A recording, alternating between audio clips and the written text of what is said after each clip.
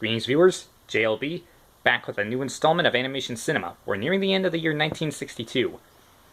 And this time, we're going to be doing something a bit different and talking about a holiday special.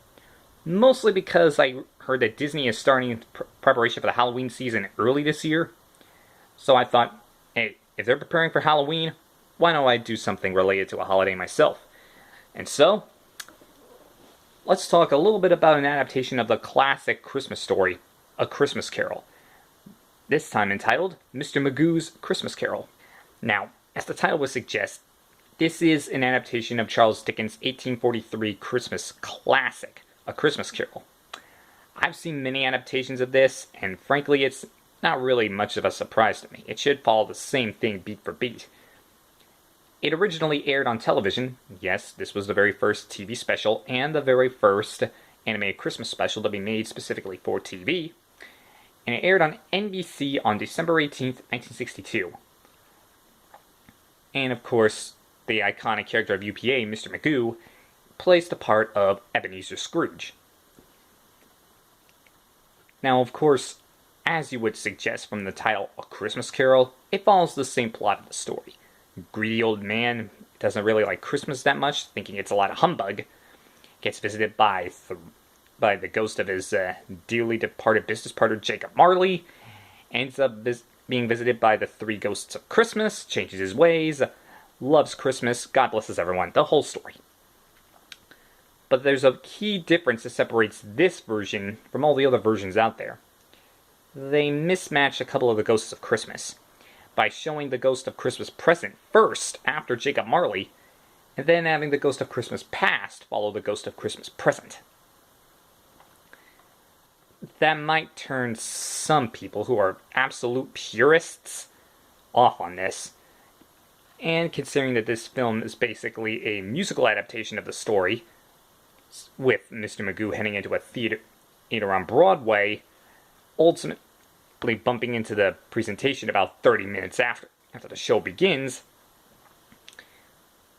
that might turn some purists off, considering that the story itself, the original story, isn't as musical. Sure, there are a few Christmas songs that are heard throughout the story, if you've seen the Disney adaptation, which I will talk about way off in the future. But in all honesty, this is a pretty decent adaptation of A Christmas Carol. I don't really mind the fact that two of the ghosts of Christmas are shown out of order, but I digress.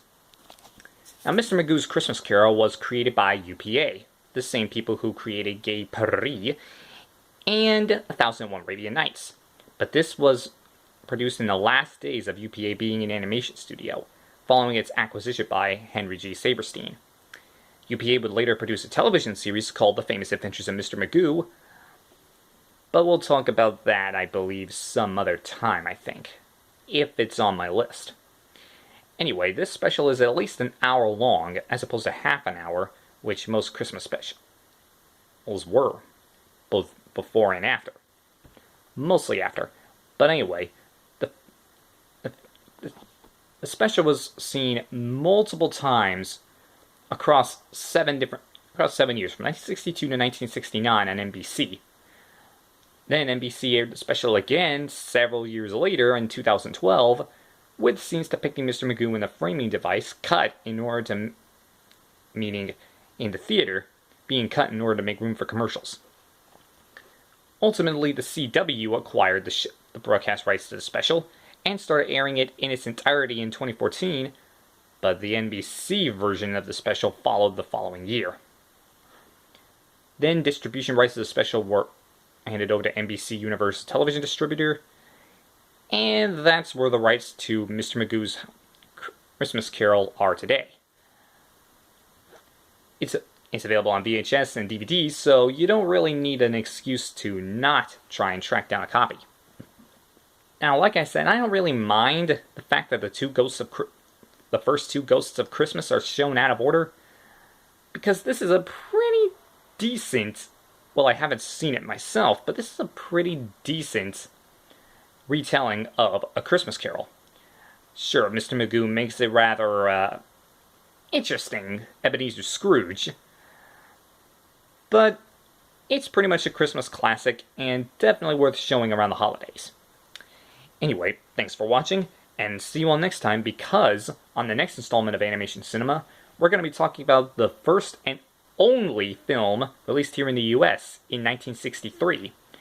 And unfortunately, it was the last film made in one particular man's lifetime. But we'll talk about that when we get to that. Anyway, thanks for watching, and stay animated, everybody, as I'll see you all next time.